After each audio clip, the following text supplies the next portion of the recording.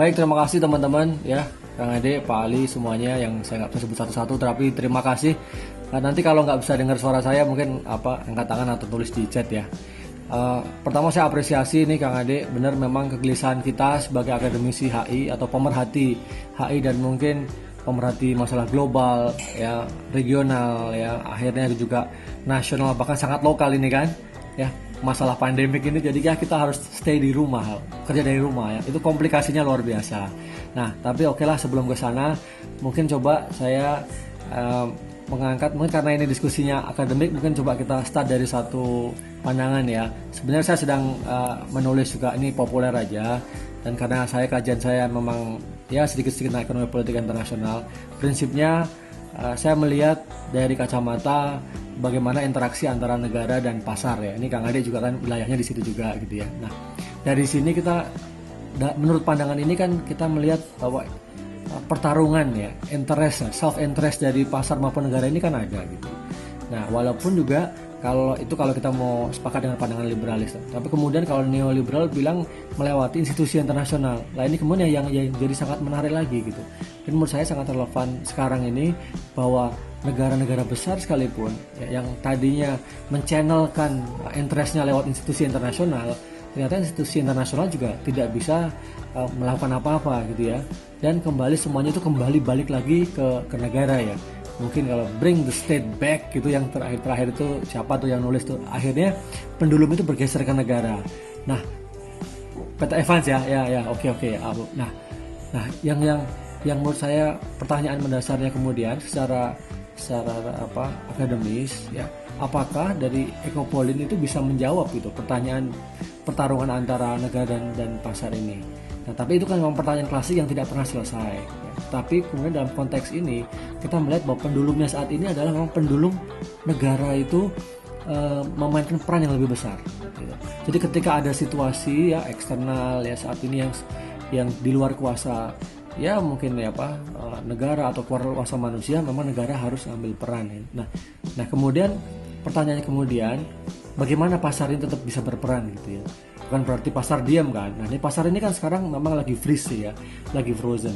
Tapi saya melihat memang ada peluang bahwa pasar itu tetap bisa memainkan perannya dengan misalnya selected industry gitu, selected companies yang mungkin berkaitan dengan alat-alat kesehatan, kemudian farmasi ya, pabrik obat, vitamin, itu tetap bisa didorong gitu. Nah itu yang pertama. Atau yang kedua adalah misalnya perusahaan-perusahaan yang punya nature itu bisa mengolah sesuatu yang kalau dirubah sedikit gitu ya, itu bisa jadi bikin alat kesehatan gitu. Nah itu kalau mungkin analoginya, kalau misalnya kita punya reaktor nuklir, mau bikin senjata nuklir, itu konversinya tinggal berapa bulan atau berapa hari mungkin ya, nanti teman-teman yang ahli security bisa melihat. Nah dari konteks itu kemudian saya melihatnya. Kemudian hal yang berikutnya adalah kalau kita mau bawa ini ke arah efektivitas negara, itu akhirnya kan kepada pengambilan keputusan.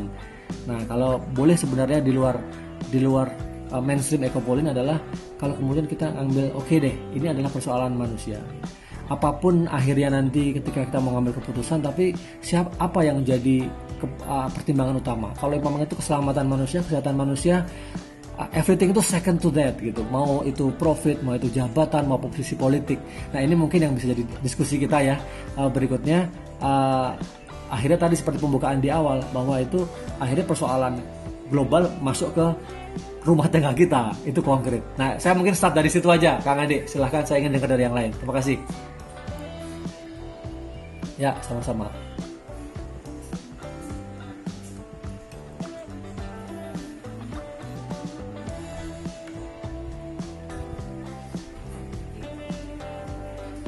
Betul ya.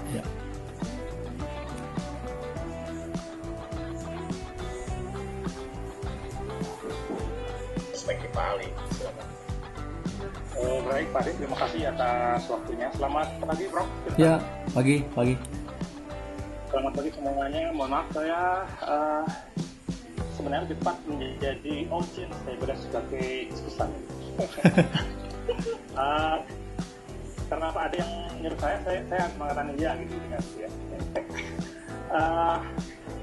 Cukup menarik tadi sampaikan Prof. Tirta tentang argumen beliau yang satu hal yang saya katakan tadi adalah tentang fenomena bring state back in ya. Jadi di era globalisasi saat ini dan khususnya globalisasi pandemik ini justru munculnya fenomena yang namanya peran negara yang kembali penting ya bring state back in dari Peter Franz gitu ya. Ya. Itu yang pertama. Kemudian yang kedua, tadi tentang kalau kita bicara tentang masalah peran negara kemudian ini masalah politik ya. Nilai mana yang diutamakan ketika negara berkeputusan? Ada satu value yang dibatkan mana yang diutamakan? Apakah saving life atau berjalannya besar gitu ya? Ya. Nah, terkait dengan nilai itu tadi, ini ada sedikit model yang mungkin bisa untuk diskusi lebih lanjut. Ini hanya catatan tadi, yaitu nilai pertama kalau kita bicara tentang nilai itu ada dua hal. Nanti kita buat suatu matrik bagaimana respon negara terhadap pandemi ini. Nilai kemudian yang kedua adalah cara. Jadi ada dua hal yang membuat suatu matrik ini untuk melihat bagaimana memetakan negara merespon pandemi ini. Nilai ada dua hal yang kita soroti. Yang pertama adalah apakah yang ditamakan adalah namanya kapitalisme, apakah exchange value yang ditamakan. Yang pertama. Yang kedua, nilai itu akan juga terkait dengan masalah saving value dari kita mengaplikan. Jadi nilai ada dua, ya ada dua aspek. Kemudian cara negara untuk meresponnya itu kita bisa bagi dua. Yang pertama adalah apakah cara sentralisasi di mana negara berperan sangat dominan karena argumen sering berbagai, atau desentralisasi di mana negara kemudian menyerahkan kepada mekanisme sosial, mekanisme pasar. Jadi negara minimalis. Jadi ada dua aspek itu yang ingin kita sampaikan terkait dengan respon negara terkait dengan krisis COVID-19. Dan buat suatu metrik yang mungkin bisa didiskusikan. Kembali ya. Nggak apa coba. Coba nih. Kalau di share bisa? Nggak ada ini. Ada sih pakai whiteboard. Ya oke nggak apa-apa. Kembali ya. Sebentar. Prinsipnya begini. Ini ada values. Nilai ini ada dua. Pertama adalah exchange value yang diutamakan. Nggak kebalik. Oke kok. Ya. Enggak lihat. Jadi apakah negara mementingkan tentang keselamatan berjalannya kapitalisme tetap berjalan, supply and demand tetap berjalan? Itu yang menjadi prioritas utama. Itu yang opsi pertama. Yang kedua adalah saving life, ya. Saving life ini adalah bagaimana negara-negara itu prioritasnya utama adalah bagaimana warga ini diselamatkan, ya. Itu menjadi inti nilai yang dijuangkan oleh negara. Kemudian ke bawah itu ada matriks tentang cara, yaitu bagaimana negara itu merespon, apakah dengan cara memusatkan kekuasaan, namanya sentralisasi, yang ini sentralisasi. Kemudian yang bawah itu desentralisasi. Artinya negara menyerahkan kepada mekanisme pasar, bahkan mekanisme masyarakat. Nah, ini dari keempat metrik ini muncul empat varian apa? Yang pertama namanya kapitalisme. Jadi yang kapitalisme ini itu ketika negara itu memusatkan kekuasaan, tetapi tujuannya adalah untuk meningkatkan exchange value, itu yang mereka perjuangkan. Ya, ini yang sebenarnya sangat terjadi saat ini, seperti di Amerika Serikat. Ya, seperti Donald Trump itu pendukung kapitalisme ingin berperan besar dalam rangka untuk investasi ekonomi, tapi tujuannya dalam rangka untuk saving value, menyelamatkan kapitalismenya. Nah, ini yang pertama, yang masih kapitalisme. Di negara-negara Eropa Barat itu banyak sekali yang menggunakan metode state kapitalisme ini. Ya, nah Inggris juga terbukti. Walaupun nanti akan bergerak ya. Kemudian yang kedua adalah state socialism. Ya, state socialism ini itu ketika negara itu berperan sentral, ya, tetapi tujuannya adalah saving life. Ya, saving life. Jadi negara sangat dominan, dia intervensi luar biasa, melakukan lockdown, dia melakukan inisiatif ekonomi pada masyarakat kelas bawah dan sebagainya. Tetapi dalam rangka bukan untuk exchange values, tapi untuk saving life. Nah, model inilah yang kemudian kita bisa juga itu mungkin China, ya, ini sosialisme. Kemudian yang ketiga, ada metode yang ketiga itu adalah bisa diikuti saya mau ya. Bisa. Jelas. Lanjut. Kemudian yang action values ini, yang ketiga adalah namanya barbarism. Mungkin istilahnya tidak terlalu enak juga sih, tapi ini menggambarkan bagaimana negara itu kemudian melakukan desentralisasi kekuasaan. Pokoknya semua kepada masyarakat. Negara tetap tidak intervensi, negara tetap minimalis, tidak bringing state back in, tapi bringing society back in. Tetapi sebenarnya dalam rangka untuk pengiritan, untuk menyelamatkan action values, menyelamatkan kapitalisme. Nah, jadi barbarisme ini sebenarnya adalah model yang paling ini worst case scenario. Jadi nanti orang ibaratnya yang penting adalah ekonomi bisa bertahan, kapitalisme bisa bertahan. Maka muncul namanya gagasan herd immunity. Ya, herd immunity. Yang penting ya maaf ya kasarnya itu. Masyarakat meninggal nggak apa-apa, itu kan seleksi alam saja gitu ya. Biarkan mereka mati gitu ya. Yang penting negara bisa jalan dan kapitalisme bisa berjalan. Nah, mekanisme inilah yang namanya model barbarisme. Ini model ekstrim, ya. Ya pernah sih sebenarnya banyak pemikir penasihat Perdana Menteri Inggris misalnya itu pernah terluntar ya, baru ini coba membayangkan suatu penyebaran virus, biarkan aja lah itu. Nanti suatu saat nanti akan mencapai titik di mana nanti kemudian kurang semua, kebal semua selesai dan ekonomi nggak terganggu sama sekali, action nggak terganggu sama sekali. Wah, itu bisa, tapi itu sangat barbar karena akan menghancurkan orang-orang yang lemah. Ini model barbar. Bisa di mana, Prof. Ali? Nah, pertanyaan dari Indonesia bagaimana? Itu ada namanya model yang keempat, itu namanya mutual aid atau saya terjemahkan menjadi gotong royong. Ya, gotong royong. Ya, gotong royong ini sebenarnya model yang barangkali ini kalau Indonesia ya, pemerintah sebenarnya tidak ingin melakukan intervensi yang sangat dalam ekonomi. Asalnya apa? Bukan asal macam-macam, tapi masalah sumber daya ekonomi yang di Indonesia. Jadi sebenarnya pemerintah tidak ragu-ragu. Jadi tidak terlalu besar intervensi pemerintah itu. Tetapi sebenarnya dia tujuannya adalah saving life, ya, masih saving life. Maka kemudian muncullah Indonesia itu, ya, berbagai macam kerjasama, ya, gotong royong ya, di tingkat level bawah itu mereka saling mendukung dalam rangka menyelamatkan dengan peran negara yang minimalis. Nah, kalau model seperti ini kelihatannya, ya, Indonesia akan cenderung yang keempat ini, metrik ini, yaitu mutual aid atau gotong royong. Itu model yang produktif. Jadi kalau kita katakan secara sepintas, barangkali yang pertama tadi state capitalism itu mungkin coba Amerika Serikat dan Eropa Barat, ya, walaupun ini berubah changing. Saya tidak tahu nanti depan seperti apa karena Amerika Serikat juga kebijakannya berubah-ubah tergantung dengan kondisi penyebaran virus ini. Tapi yang jelas Amerika Serikat masih cenderung sini, mungkin nanti akan tidak, tapi yang jelas masih seperti ini yang dipertahankan. Kemudian Eropa Barat juga awalnya seperti ini. Yang kemudian China itu sistem socialism ini saya kira lebih pas. Tidak tahu Korea itu masuk dari yang mana. Korea mungkin state socialism juga agak mirip dengan ke situ ya. Ketika negara intervensi besar, tetapi tujuannya memang untuk saving life ya. Kemudian barbarisme ini model yang skenario ya, modelnya herd immunity karena dibiarkan virusnya menyebar kemana-mana. Model yang ekstrim inilah kemudian yang kita kerjakan tentunya ya. Tapi ini gambaran bagaimana negara harus merespon terkait dengan kepentingannya itu menyelamatkan pasar. Kemudian yang terakhir tadi mutual aid tadi di model Indonesia misalnya bahwa ini upaya untuk menyelamatkan nyawa gitu ya, masyarakat gitu ya, mencegah penyebaran ya, tetapi tidak dengan skop yang terlalu besar, tapi dengan berbagai. Bahkan kemudian muncul kampung-kampung yang melakukan secara sendiri. Tentang kebijakan pusat yang menegaskan inilah kebijakan Jokowi tidak, tapi dibiarkan saja. Padahal dia tujuan sudah sama, tapi tidak mau bertanggung jawab, tidak mau mengeluarkan banyak sumber daya karena memang tidak ada kira-kira begitu. Nah, itu gambaran yang tentunya bisa bergeser-geser, tapi saya coba untuk memahami tentang bagaimana polusi negara terkait dengan satu aspek bagaimana ekonomi tetap berjalan dalam kondisi krisis, yang kedua adalah bagaimana menyelamatkan nyawa dalam kondisi seperti ini. Mungkin catatan saya. Terima kasih waktu saya berikan kepada Pak Ade ini didiskusikan. Terima kasih Pak Ali atas paparannya yang menarik menurut saya. Gimana Prof Tirta, ada feedback mungkin 2-3 menit sebelum saya undang yang lain?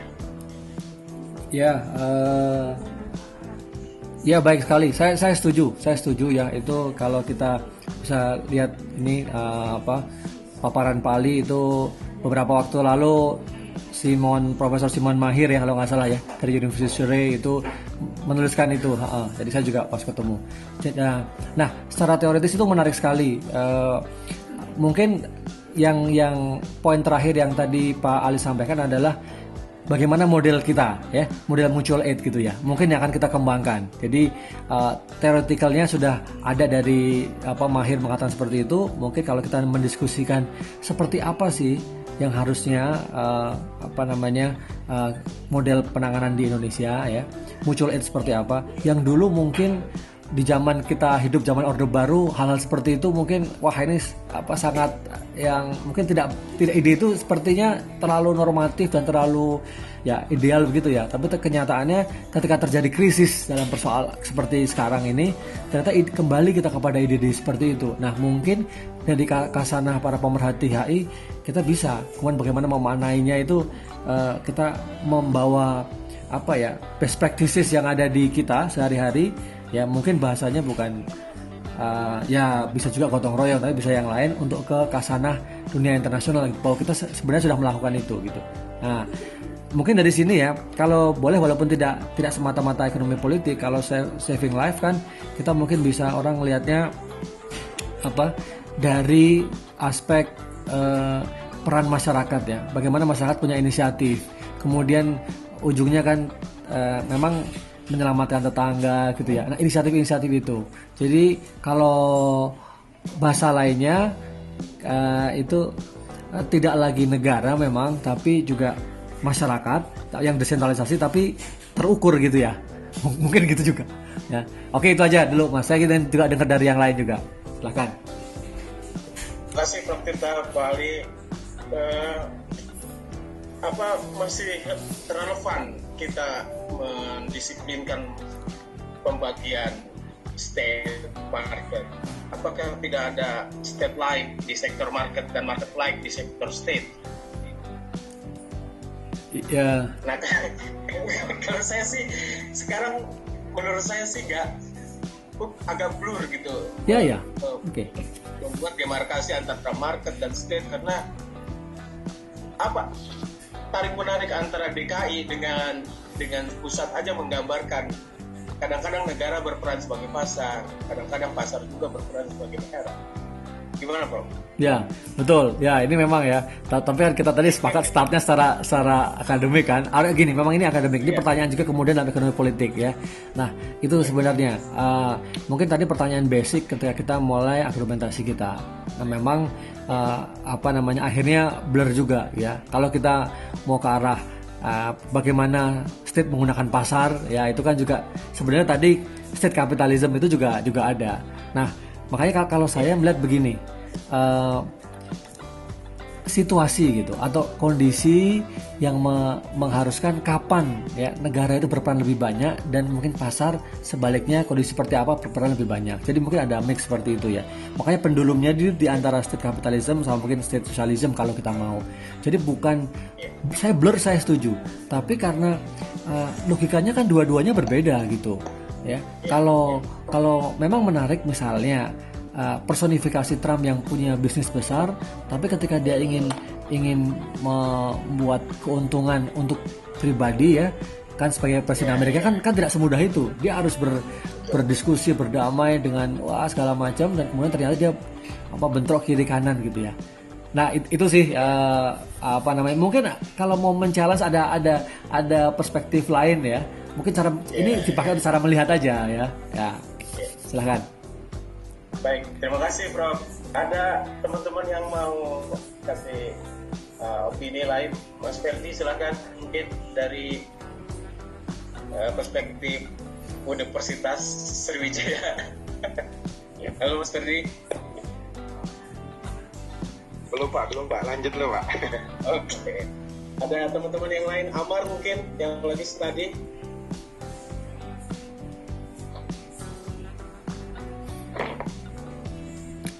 Apa kabar Mas Ali?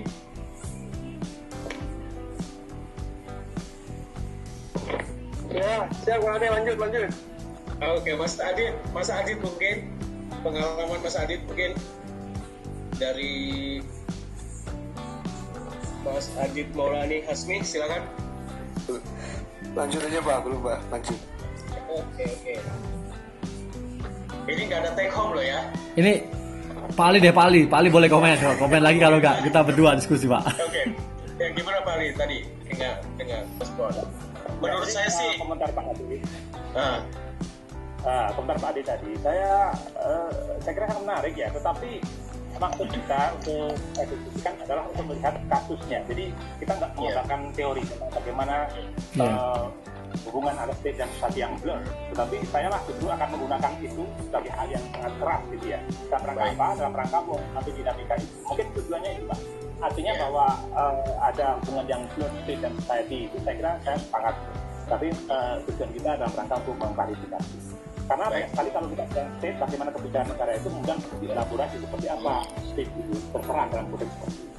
Apakah negara itu kemudian melakukan intervensi ekonomi dan tidak itu saja, ternyata itu juga intervensi sosial, bagaimana mengatur masyarakat dengan lebih keras dari gaya-gaya orang liberal. Bahkan seperti di Eropa misalnya, yang menekankan politik demokrasi liberal itu kemudian menjadi tunduk oleh suatu negara yang otoriter. Di kasus di Prancis misalnya, itu mengatakan bahwa regulasi yang dilakukan oleh Presiden Prancis saat ini itu sebenarnya mirip dengan kondisi Perang Dunia Kedua gitu. Artinya betul-betul masyarakat dikendalikan ya. Bukan dalam rangka tadi, dalam rangka untuk mengcontain social containment supaya mereka diatur oleh masyarakat. Dan itu tidak mudah untuk negara-negara liberal. Sedangkan kalau kembali pada konteks China itu ya, itu saya kira gampang ya. China mengatakan, pemerintah itu mengatakan diam di rumah ya nggak ada yang berintuan, saya kira gitu.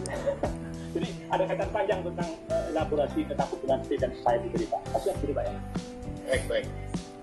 Sama mungkin kita juga perlu menyinggung dari tadi yang menurut saya masih absen dari penjelasan kita adalah international regime yang bisa mempengaruhi relasi state dan market. Maksud saya dengan international regime itu health regime misalnya WHO. Nah, gimana? Nggak apa-apa, 10 menit bisa. Nanti habis itu kan babak kedua kan, minum-minum dulu kita.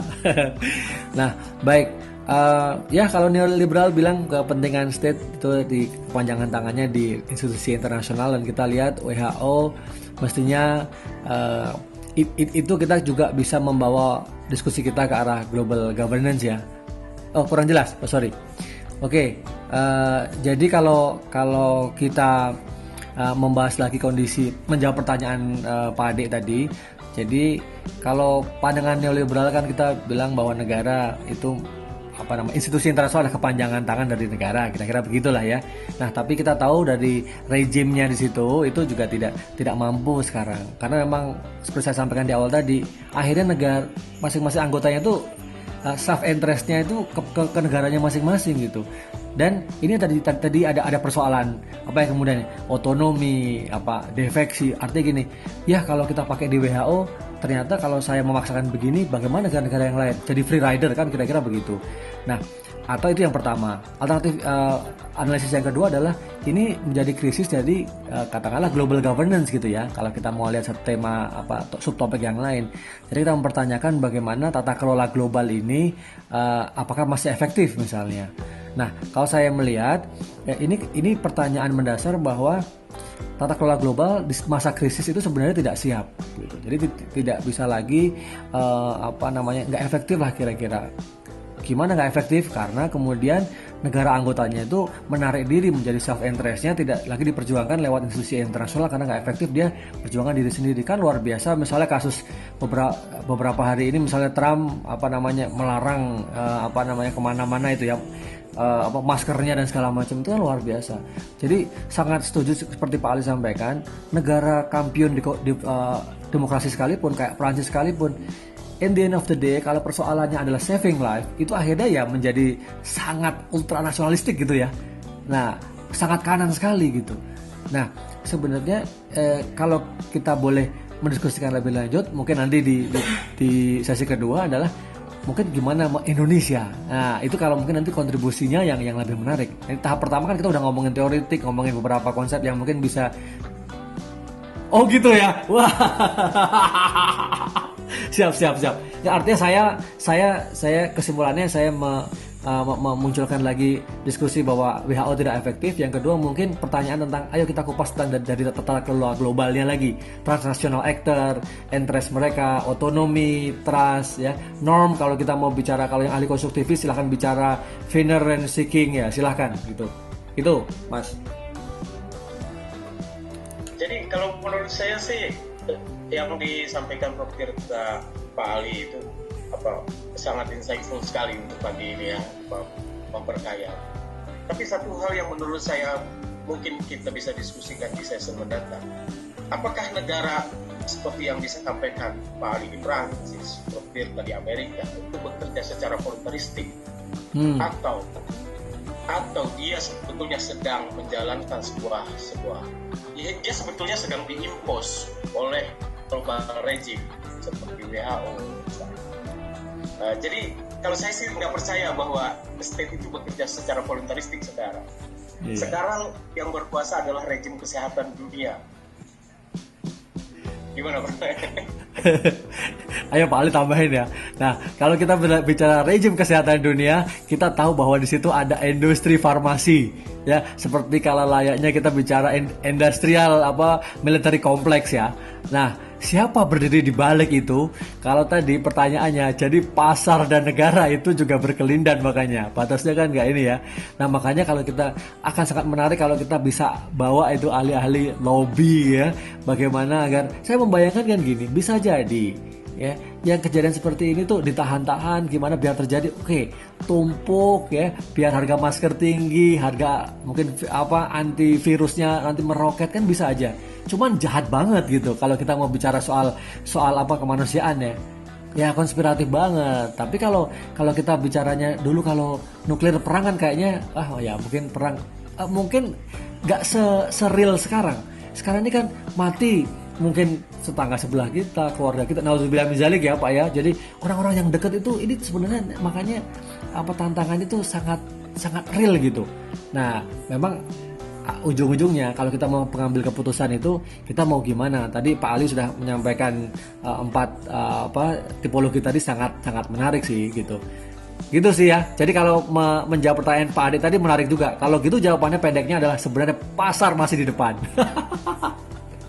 Good. That's point. Pak Ali, ada closing? Closing feedback dari Pak Ali? Apa yang perlu tambahkan tadi ya, itu bukan dari Simon Nair ya. Sepertinya tadi saya meskipun nanti saya salah nanti. Iya. Makanya saya klarifikasi juga. Betul. Mohon maaf, saya tadi nggak ingatkan kegagalan tadi saya sampaikan. Memang saya gambar tadi dia itu pertama. Kemudian yang kedua, tadi tentang rezim tadi Pak Adem singgung rezim, saya belum komentar tentang itu. Iya. Sebenarnya ketika kita bicara tentang rezim itu ternyata perjalanannya panjang karena sejarah tentang pandemi global itu sangat panjang, mulai dari abad pertengahan pandemi Black Death itu ya. Kemudian sampai abad 20 itu munculnya Spanish flu dan masih banyak lagi pandemi itu. Tapi ternyata kemudian berbagai macam konferensi sudah dilaksanakan dalam rangka membentuk rezim. Nah, ini rezim apa? Rezim pengaturan tentang karantina. Ternyata sudah berkembang cukup lama dalam sejarah dunia itu, dan formatif year-nya itu ternyata awal abad ke-20 ya. Jadi sudah makin banyak. Kemudian tahun 60-an semakin besar peran, terutama dari WHO, karena ternyata WHO ini punya peran besar ketika berhadapan dengan berbagai macam problem kesehatan dunia, baik seperti pandemi yang penyakit seperti AIDS, kemudian yang akhir-akhir ini namanya SARS dan flu sebagainya itu. Jadi ternyata perkembangan rezim karantina ini saya kira cukup menarik didiskusikan, karena yang kita lakukan saat ini sebenarnya sudah sesuatu yang sudah digambarkan bagaimana ketika menghadapi wabah itu negara bertindak seperti apa gitu. Jadi sebenarnya semacam protokolnya sudah ada gitu. Jadi negara itu sebenarnya tidak lepas daripada protokol itu sebenarnya. Artinya bahwa ini bukan sesuatu yang baru. Singapura ketika Wuhan melakukan lockdown di kotanya, ternyata itu ada suatu sebelumnya beberapa puluh tahun di dekat para ahli dan rezim tentang karantina seperti itu Pak. Jadi artinya itu yang harus dikatakan tentang perilaku negara dan rezim internasional. Oke, jadi sebetulnya protokol itu instrumen untuk mengkarantina negara, bukan? Ada yang perkembangannya, jadi itu sudah ada. Sudah ada perkembangan ke belakang. Ini orang strukturalis gak ada ini, biar rame. Iya. ada yang strukturalis di sini. Ferdi, gimana Ferdi? Kita masih punya waktu 4 menit. Silakan teman-teman, ada yang mau menyampaikan. Ini saya kontak krisis juga. Ini soal speech act aja kok. Ini soal speech act saya pikir. Udah 1 menit 55 detik tuh. Closing. Ada komentar closing, silakan. What your impression for this session? Saya baru aja gabung Pak Ade. Aduh. Cuman saya ada satu pertanyaan. Mungkin dari Prof. Tirta, Pak Ali, Pak Ade ada bagaimana kayak ramalan ekonomi after ini selesai, tapi secara internasional begitu Pak. Siapa yang memiliki kekuatan pertama yang akan bangkit duluan kayak gitu after COVID-19? Terima kasih. Itu untuk take home ya. Next meeting. Menjadi pertanyaan besar ketika tadi Prof. Tirta bilang bahwa dunia farmasi menjadi salah satu power hari ini, bahwa after COVID siapa yang akan memiliki mengambil kekuatan ekonomi begitu. Terima kasih. Ya, mantap sekali. Next session Kang. Next session ya. Iyalah, udah habis ini. Soalnya udah habis, ini gratisan sih platformnya. Ayo di closing, kalau nggak mati lah. Closing dulu. Oke, karena kita time bonded, gratisan. Minggu depan kita akan pakai akunnya Prof. Tirta yang unlimited banget. Kita siapkan. Siap ya? Siap dong, siap. Selalu siap. Pokoknya tiap Sabtu kita akan bikin webinar. Oke, siap, teman-teman? mantap. Oke. Terima kasih Pak Tirta. Siap, sama-sama. Pak Ali, semuanya. Kang Ade, semuanya. Sukses. Sehat Yuk. semuanya ya. Ya, sehat. Stay safe semua. Bye. Ya, Assalamualaikum. Assalamualaikum. Waalaikumsalam. Minggu depan saya nanya Pak. Ya, oke. Siap. Thank you semuanya. Thank you semuanya. Bye.